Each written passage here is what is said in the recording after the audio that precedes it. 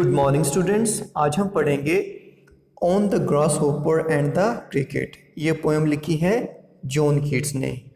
चलिए इंट्रोडक्शन देखते हैं पोएट की। John Keats was an English romantic poet. जो जॉन कीट्स थे वो कौन थे? इंग्लिश रोमांटिक पोएट था वो। John Keats died when he was 25।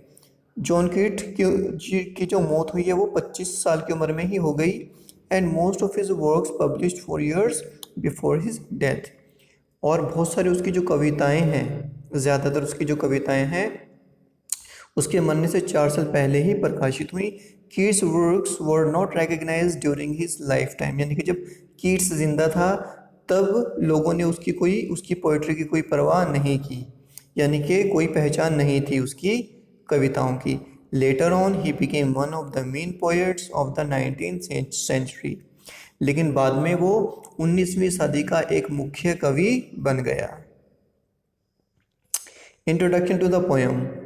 The poem on the grasshopper and the cricket is a sonnet written in December 1816। ये जो poem है ये एक सोनेट है जो कि 1816 में लिखी गई। A sonnet consist of 14 lines, यानी कि सोनेट एक ऐसी कविता है जिसमें 14 लाइनें होती हैं। It is a Petrarchan sonnet divided into 2 parts. अब सोनेट की भी किस्में होती हैं, तो ये किस टाइप की सोनेट है? पेट्रार्कन सोनेट है, जिसको 2 भागों में बांटा गया है। 2 भाग कौन से हैं? एक ऑक्टेट है। ऑक्टेट का मतलब होता है 8 लाइनें, 8 लाइन्स। एंड सेस्टेट, सेस्टेट का मतलब 6 लाइन्स, यानी कि इनको 2 भागों में बांटा गया है। 8 + 6 = 14।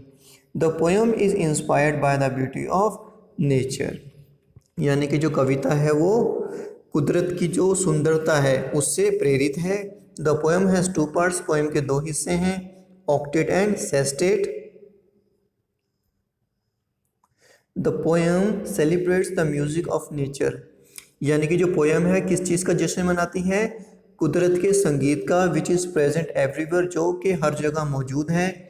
Keats has introduced 2 little creatures. Keats ने इस चीज़ को 2 क्रीचर्स को इंट्रोड्यूस किया है पोएम में, the grasshopper and the cricket. एक टिड्डी है और एक क्रिकेट है, यानी कि एक झिंगुर है, एक तरह का कीट। ठीक है। As the title of the poem suggest, जैसे कि हमें पोएम का जो शीर्षक है वो बताता है, to represent the joyous mood of nature, यानी कि ये कुदरत का खुशी वाला जो मूड है वो दिखा रही है ये वाली poem. The sonnet is all about how the grasshopper and the cricket carry on with the endless song of the earth, यानी कि ये कविता हमें ये बताती है कि किस तरह से ग्रासहोपर और क्रिकेट जो हैं किस तरह से जो धरती है उसकी गाने को कंटिन्यू रखते हैं, कैरी करते हैं, कंटिन्यू रखते हैं। Theme. The theme of the poem is the eternal delight of nature. इसकी थीम क्या है? कि हमेशा हमेशा की खुशी है ना, किसकी? कुदरत की, यानी कि कुदरत हमेशा खुश रहती है, डिलाइट रहती है। अनदर थीम इज सीजन, और दूसरी थीम इसकी क्या है? मौसम भी है। मैसेज क्या दे रही है? The message of the poem is that one should always be happy. तो ये संदेश क्या है, मैसेज क्या है पोएम का? कि हमें हमेशा खुश रहना चाहिए, इर्रिस्पेक्टिव ऑफ द सर्कमस्टांसिस, चाहे हालात कुछ भी हो हमें खुश रहना चाहिए। हमें ये कविता पढ़कर पता चलेगा। अब इसके की पॉइंट्स क्या हैं? कविता के की पॉइंट्स हैं, देखो। The earth is full of poetry, यानी कि जो धरती है पोएट्री से भरी हुई है। इसका मतलब क्या है? इसका मतलब ये है कि जैसे अर्ली इन द मॉर्निंग जो पक्षी चहचहाते हैं, चर्प करते हैं, ठीक है, और रात में जो कीट हैं, फ्रॉग्स हैं, जैसे क्रिकेट है, ग्रासहोपर है, ये क्या है? रात में आवाज़ करते हैं, ठीक है ना। इस तरह से 24 घंटे जो है इन जानवरों की, कीटों की, बर्ड्स की आवाज़ क्या है? धरती पर गूंजती रहती है। तो इसको क्या कहा है पोइट ने? पोइट्री ऑफ अर्थ कहा है, ठीक है। In the summer season all the birds hide themselves in the cooling shades. अब गर्मी के मौसम में जो सारे पक्षी हैं अपने आप को पेड़ों की ठंडी छायाओं में छुपा लेते हैं। But the grasshopper sings in the hot summer season, लेकिन जो ग्रासहोपर है वो गर्मी के तेज़ मौसम में गाता रहता है। He enjoys a hot summer season, वो आनंद प्राप्त करता है किसका? तेज़ गर्मी के मौसम का। The poetry of earth never stops, जो पोएट्री ऑफ अर्थ है वो कभी नहीं रुकती, कभी ख़त्म नहीं होती। The still sound is heard in very cold winter season, यानी कि जब बहुत ज़्यादा ठंड ठंड का मौसम होता है तो वो तीखी आवाज़ हम सुन सकते हैं। और this is the sound of cricket, ये आवाज़ किसकी होती है? क्रिकेट की होती है। Drowsy persons take this sound as grasshoppers, जो आधे सोए हुए व्यक्ति हैं, जो नींद में हैं, वो लोग ये समझते हैं कि ये शायद आवाज़ किसी की है, ये ग्रास होपर की है, टिड्डी की है। Summary, it is a symbolic poem, ये जो पोयम है एक प्रतीकात्मक पोयम है। In which the grasshopper is a symbol of hot summer, जिसमें जो ग्रास होपर है वो गर्मी की ऋतु का प्रतीक है। And the cricket is of very cold winter, और जो क्रिकेट है वो सर्द ऋतु का प्रतीक है। The poet says that the earth is always singing, अब पोइट क्या कह रहा है? जो धरती हमेशा गाती रहती है। When the birds stop singing in the hot summer, जब जो पक्षी हैं वो बहुत तेज़ गर्मी के मौसम में गाना बंद करते हैं। फाइंडिंग कूल प्लेस, और कोई ठंडी जगह ढूंढ लेते हैं। We find the grasshopper singing, फिर हमें पता चलता है कि ग्रास होपर जो है वो गा रहा है। And flying from hedge to hedge, और वो एक झाड़ी से दूसरी झाड़ी पर उड़ता हुआ नज़र आता है। ही सिंग्स टायरलेसली, वो बिना थके गाता है। एंड व्हेन टायर्ड, जब वो थक जाता है, रेस्ट्स बीनीथ सम वीड, किसी पौधे के नीचे वो आराम करता है। When the birds are silent in very cold, जब बहुत ज़्यादा ठंड होती है तो पक्षी जब बिल्कुल शांत हो जाते हैं, चुप हो जाते हैं। The earth never stops and expresses it's pleasure, लेकिन जो धरती है वो बिल्कुल नहीं रुकती और अपने आनंद को कैसे दिखाती है? ये थ्रू डिफरेंट बीइंग्स, अलग अलग कीटों से, जैसे कि क्रिकेट, वो अपनी खुशी का जो इजहार है वो अलग अलग तरह से करती है, जैसे क्रिकेट की आवाज़ से। It sings the beautiful songs from stove, यानी कि जो स्टोव से, चूल्हे से ये मीठे मीठे गीत गाता है, सुंदर सुंदर गीत गाता है। It seems to be increasing in warm, और जब ये इसको बहुत ज़्यादा गर्माहट मिलती है क्रिकेट को, every moment and half asleep human beings, यानी कि जब इसको और ज़्यादा गर्माहट मिलती है तो इसकी आवाज़ बढ़ती जाती है। और जो आधे सोए हुए जो व्यक्ति हैं वो क्या महसूस करते हैं? Feels it to be a grasshopper song, वो जो ये समझते हैं शायद ये किसी ग्रास होपर के गाने की आवाज़ है, कमिंग फ्रॉम ग्रासी हिल्स, जो कि घास वाली पहाड़ियों से आ रही है।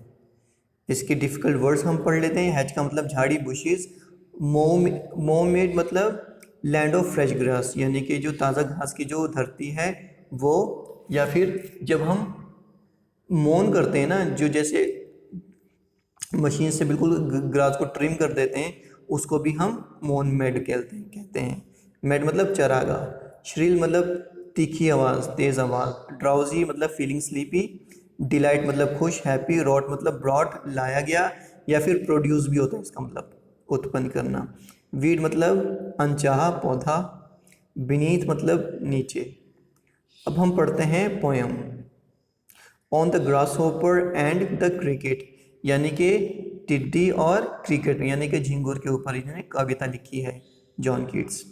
द पोएट्री ऑफ अर्थ, यानी कि जो धरती की जो पोएट्री है, इज़ नेवर डेड, वो कभी ख़त्म नहीं होती। अभी मैंने एक्सप्लेन किया ना, 24 घंटे जो पक्षी हैं, एनिमल हैं, जो कीट हैं, इंसेक्ट्स हैं, वो आवाज़ करते रहते हैं, आवाज़ गूंजती रहती है। इस आवाज़ को क्या कहा है? पोएट्री का है, धरती की पोएट्री का है, जो कि वो कभी ख़त्म नहीं होती।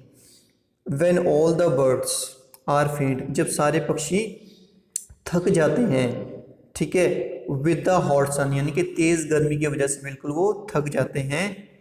And hide in cooling trees, और वो पेड़ों की ठंडी छाँव में छुप जाते हैं।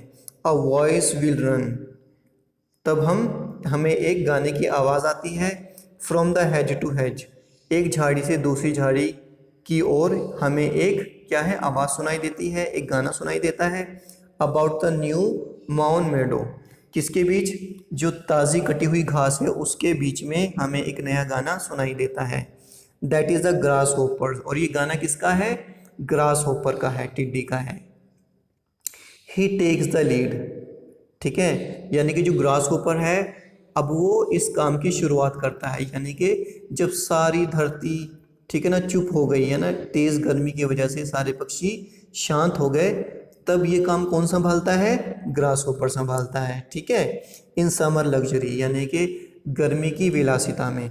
ही हैज़ नेवर डन यानी कि उसका ख़त्म नहीं होता क्या? विद हिज डिलाइट्स यानी कि उसकी खुशियों को कोई ठिकाना नहीं है, उसकी खुशियों का कोई अंत नहीं है।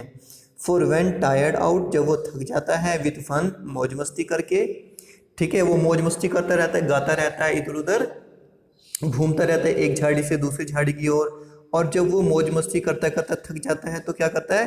ही रेस्ट एज इज वो आराम करता है। बीनीथ सम प्लेजेंट वीड एक किसी अच्छे पौधे के नीचे वो आराम करता है। The poetry of earth is ceasing never. अब जो धरती की जो पोइट्री है वो कभी ख़त्म, सीज मतलब ख़त्म, नेवर कभी ख़त्म नहीं होती। ऑन अ लॉन विंटर एक अकेली सर्दी की शाम को, व्हेन द फ्रोस्ट, फ्रोस्ट मतलब जमी हुई बर्फ़, frost, has wrought a silence जब चुप्पी उत्पन्न करती है, ठीक है ना। एक अकेली शाम को जब फ्रोस्ट है, जब शांति उत्पन्न करती है, फ्रॉम द स्टोव देयर शील्स, तब क्या होता है? एक स्टोव से आवाज़ें आती हैं, शील्स मतलब तीखी और तेज़ ऊंची आवाज़ें आती हैं। द क्रिकेट सॉन्ग ये आवाज़ें किसकी होती हैं? क्रिकेट के गाने की। इन वार्मथ इंक्रीजिंग एवर और जब ये क्रिकेट गर्माहट महसूस करता है तो इसकी जो आवाज़ है वो तेज़ होती जाती है। And seems to one in drowsiness half lost मतलब एक ऐसा व्यक्ति जो आधी नींद में डूबा हुआ है, उसको क्या लगता है? द ग्रास होपर्स अमंग सम ग्रासियल्स, उसको ये लगता है ये क्रिकेट गाना नहीं है बल्कि किसका गाना है? कि कोई ग्रास होपर गा रहा है।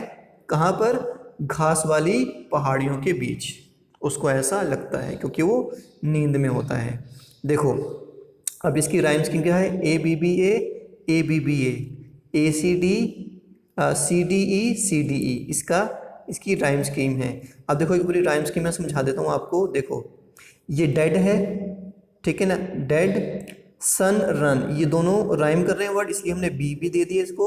ये डेड है, ये मेड है, डेड मेड, तो ये हमने इसको ए दे दिया। मेड यहाँ पर नीचे है लेड, ठीक है ना, तब हम इसको ए नाम देंगे। क्यों? क्योंकि डेड मेड लेड ये एक से राइमिंग कर रहे हैं वर्ड्स। सन, रन, डन ये एक से वर्ड्स राइमिंग कर रहे हैं, ठीक है। अब नेक्स्ट पोइटिक डिवाइसेस। देखो पोइटिक डिवाइसेस मेटाफर क्या होता है? मेटाफर कहते हैं इनडायरेक्ट कंपैरिजन को, जो हम तुलना करते हैं दो ऑब्जेक्ट्स की, ठीक है ना, वो मेटाफर होता है। जो poetry of earth is compared to the grasshopper and the cricket, ठीक है ना, ये मेटाफर है। कैसे? जैसे पोइट्री ऑफ अर्थ मैंने कहा जो कीट आवाज़ करते हैं, जो बर्ड्स आवाज़ करते हैं, ठीक है ना, उसको कंपेयर किससे किया जा रहा है? ग्रास होपर की आवाज़ से और क्रिकेट की आवाज़ से। इमेजरी क्या होती है? जब हम कुछ पढ़ते हैं एक हमारे माइंड में तस्वीर बनने लगती है उन चीज़ों की, उसे इमेजरी बोलते हैं हम, ठीक है। जैसे with hot sun and hide in cooling trees, ठीक है ना। अब हमें सूरज की इमेजरी हमारे सामने आ रही है, पेड़ों की हमें इमेजरी हमारे सामने आ रही है, ठीक है। सिम्बॉलिज्म, प्रतीक किसे बोलते हैं? Grass hopper is the symbol of summer. अब जो ग्रास होपर है वो किसका प्रतीक है? गर्मी के मौसम का। And cricket is the symbol of winter, वो सर्दी के मौसम का प्रतीक है। एलिट्रेशन, देखो एलिट्रेशन क्या होता है? Repetition of consonant sounds. ये एग्जांपल से पता करेंगे हम। माउन मीड, देखो म साउंड को हम रिपीट कर रहे हैं, माउन मेड, ठीक है ना, ये साउंड रिपीट हो रही है इसलिए इसको बोलते हैं हम एलिट्रेशन। पर्सोनिफिकेशन यानी कि मानवीयकरण क्या होता है? Personification is a figure of speech in which a thing, an idea और एन एनिमल। पर्सोनिफिकेशन एक फिगर ऑफ स्पीच होती है। अब देखो फिगर ऑफ स्पीच क्या होती है? ये फिगर ऑफ स्पीच हम पोइट्री में यूज़ करते हैं इसको सुंदर बनाने के लिए, ठीक है। तो पर्सोनिफिकेशन क्या है? एक चीज़, कोई विचार या फिर कोई जानवर, उसको अगर हम इंसान के गुण दे दें, इसको बोलते हैं हम मानवीयकरण, पर्सोनिफिकेशन। अब देखो एग्जाम्पल से अच्छे से समझ में आएगा। The grass hopper, grass hopper का क्या है? पर्सोनिफिकेशन किया गया है। कैसे? ही has never done with his delights, अब देखो ही हम किसके लिए यूज़ करते हैं, इंसान के लिए, लड़के के लिए हम यूज़ करते हैं। He has never done with his delights, उसकी खुशियाँ ख़त्म ही नहीं होने में आती। For when tired out with fun he, देखो ही रेस्ट एट ईज, ठीक है, तो हमने इसको पर्सोनीफाई कर दिया। देखो here the grasshopper is being personified as a human being, एक इंसान के रूप में हमने इसको पर्सोनीफाई कर दिया, परहैप्स एज अ चाइल्ड, शायद एक बच्चे के रूप में। फीलिंग डिलाइटेड, देखो जो छोटा बच्चा होता है ना वो खुश रहता है ना। रनिंग अराउंड, इधर उधर भागता है इन द ग्रास, घास में। एंड हैविंग फन, मौज मस्ती करता है। Only stopping to rest at ease, जब वो थक जाता है तो वो आराम करता है, when he is tired of having fun, ठीक है ना। तो एक बच्चे से कंपेयर किया ग्रास ऊपर, तो पर्सोनिफाई कर दिया इसको। फ्रॉस्ट, जमी हुई बर्फ। हैज़ रोट अ साइलेंस, अब फ्रॉस्ट लेकर आई है चुप्पी। भाई कोई इंसान लेकर आएगा ना, कोई चीज़ कैरी करेगा, ठीक है ना। तो the frost is being personified यहाँ पर as it is being described as having caused a silence, क्योंकि ये क्या है, साइलेंस यानी कि चुप्पी उत्पन्न कर रही है। Question answers, the grasshopper takes the lead in summer luxury, he has never done with his delights. अब जो ग्रासहोपर है वो ये काम अपने ऊपर लेता है गाना गाने का समर के अंदर, उसकी खुशियाँ ख़त्म ही नहीं होती हैं, बट लग्जरी एंड डिलाइट्स। अब ये कौन सी विलासिताओं की और कौन सी खुशियों की बात कर रहा है यहाँ पर पोएट जो है। Answer, the luxury and delights being refer to here are the warmth of the weather, यानी कि जो खुशियाँ हैं, जो विलासिताएँ हैं वो क्या हैं, वार्मथ ऑफ यानी कि गर्मी, मौसम के अंदर जो गर्मी है। And the abundance of freshly cut grass, और काफ़ी मात्रा में ताज़ा हरी घास। विच the grass hopper enjoys in the summer, जिसको ग्रास होपर गर्मी में इंजॉय करता है, उसका गर्मी में आनंद लेता है। He has a luxury of carrying on the work of nature, यानी कि उसकी विलासिता क्या है, वो कुदरत के काम को आगे ले जाता है ना, गर्मियों में। As he is happy and cheerful, क्योंकि वो खुश रहता है। एंड सिंगिंग हिज सॉन्ग, और वो गाने गाता रहता है। While all the other animals are quietly hiding from the scorching heat, जबकि जो दूसरे जो एनिमल्स हैं वो चुपचाप अपने आप को छुपा लेते हैं, ठीक, किससे, तेज़ गर्मी से अपने आप को छुपा लेते हैं। How does the poet create the atmosphere of winter in the last 7 lines, यानी कि सर्दी का जो वातावरण हो किस तरह क्रिएट करता है आखिरी 7 लाइनों में। The poet creates an atmosphere of a silence lonely winter when most creatures are quiet, यानी कि जो आखिरी 7 लाइनों में जो पोएट है वो सर्दी का जो वातावरण है वो हमें दिखाता है, ठीक है ना, किस तरह से ठंड में सारे जो प्राणी हैं, क्रीचर्स हैं, वो शांत हो जाते हैं। द फ्रेज, जैसे कि लोन विंटर इवनिंग, अकेली सर्दी की शाम। And frost has wrought a silence, और जो फ्रोस्ट है वो चुप्पी उत्पन्न कर रही है। इस तरह के जो फ्रेज है ना ये, ठीक है ना, ये हमें क्या बता रहे हैं, इमेजरी टू लाइफ, ये हमें बता रहे हैं ठंड के बारे में। How does the poet contrast the lives of the cricket and grass hopper, यानी कि क्रिकेट और ग्रास होपर की लाइफ को किस तरह से वो कंपेयर कर रहा है, ठीक है, तुलना कर रहा है। The grasshopper and the cricket each symbolises the everlasting and joyous mood of nature. अब ये दोनों किस चीज़ को दिखा रहे हैं कि नेचर का मूड, नेचर को खुशी वाला मूड जो कभी भी ख़त्म नहीं होता, यानी कि नेचर हमेशा खुश रहती है। ये जो ग्रास होपर है, क्रिकेट है, ये दोनों इस चीज़ को दिखा रहे हैं। डिफरेंट सीजन, अलग अलग ऋतुओं में, सीजन्स में। एंड अपोजिट कंडीशंस, और विपरीत परिस्थितियों में, ठीक है। The grasshopper is shown as lively and cheerful, grasshopper को क्या दिखाया गया है, खुश मिजाज दिखाया गया है। He is never done with his delight, उसकी खुशियाँ ख़त्म नहीं होती। As he runs from hedge to hedge, वो एक झाड़ी से दूसरी झाड़ी पर भागता रहता है। Only stopping to rest when he is tired out with fun, और तभी वो आराम करता है जब वो मौज मस्ती करके थक जाता है। The cricketer takes over his task in winter, अब सर्दियों में ये काम कौन ले लेता है, क्रिकेट ले लेता है, गाने का काम। When the cold weather was has wrought a silence, जब ठंडा मौसम शांति उत्पन्न करता है। And forced the creatures of the earth to seek shelter and solitude on a long winter evening, जब तेज़ सर्दी की ऋतु होती है, ये मजबूर कर देती है सारे जानवरों को, है ना, शेल्टर, आसरा लेने के लिए। दो the cricket two is force indoors, हालांकि जो क्रिकेट है वो भी अंदर रहता है, बाय द वेदर, ठंड की वजह से। His song gets louder as he gets warmer. लेकिन उसका जो गाना है वो तेज़ होता जाता है जैसे जैसे वो गर्माहट महसूस करता है। व्हाट इज़ पर्सोनिफिकेशन, यह मैंने अभी डिटेल में पोएटिक डिवाइसेस में आपको सब बता ही दिया। ठीक है, thank you so much. Like share and subscribe. Have a nice time.